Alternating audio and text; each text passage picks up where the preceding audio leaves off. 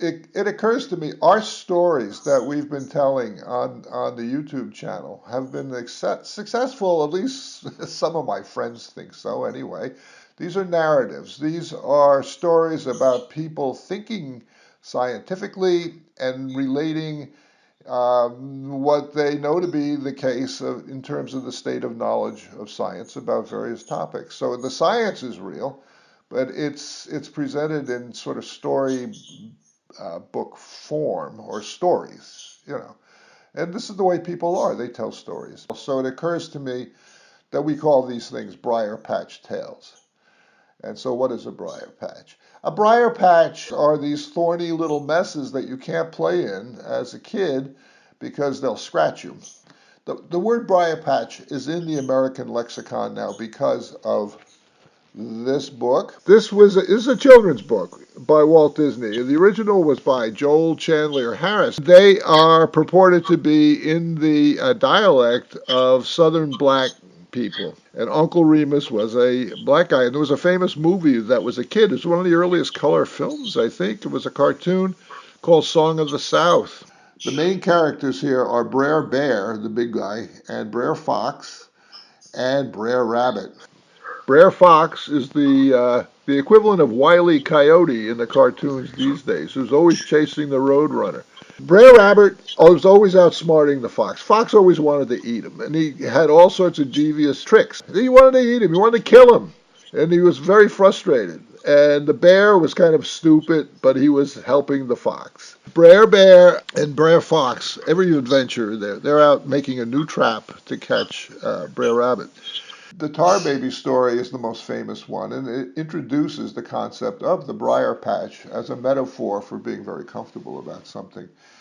The fox says to the bear one day, he says, Br'er Bear, I have a foolproof plan. And he took some tar, some liquid sort of asphalt material, and made a shape of a small child and put a coat on it and a hat on it and put him by the side of the road, and the rabbit comes up and says, well, how are you doing, kid? What's new with you? And the tar baby says nothing. So this frustrates the bunny. The rabbit can't get the tar baby to talk. So he grabs it and he gets stuck. So in comes Br'er Fox and Br'er Bear, and they got him. Oh, we're gonna make a fire and we're going to eat him. Then Br'er Bear says, well, you know what? If we have to make a fire, we're going to have to get some wood, and that's a lot of work. So then they decide to skin. This is very cruel. They're going to skin the rabbit. The rabbit, finally, he says, you can skin me alive. I don't care. You see that briar patch over there? Just don't throw me into the briar patch. That's my greatest fear in the world. They keep threatening him with all these horrible tortures that the way they're going to kill him and then eat him. And he says, I don't care. Just don't throw me in the briar patch. So, of course, they get so angry that they wrench him out of the tar baby and they fling him into the briar patch. And they say, well, I don't hear him in there. He must be dead. We finally killed the rabbit. But then, in a little bit, a short while later, they see the rabbit poking his head out of the end. And the rabbit looks at them and he says, well, thank you for throwing me into the briar patch. It turns out this is where I was born, and this is where I'm always the happiest. I always love coming back to this briar patch. I feel very safe in here.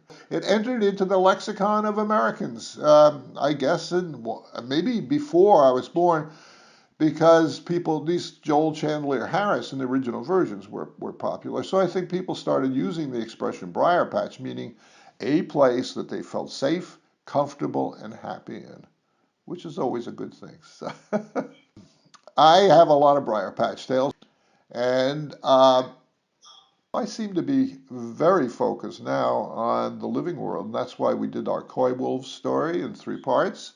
And there's always news about what's going on because they're evolving very, very quickly. So now I get to see the fast part of evolution and actually feel like I'm living inside of it and looking at it.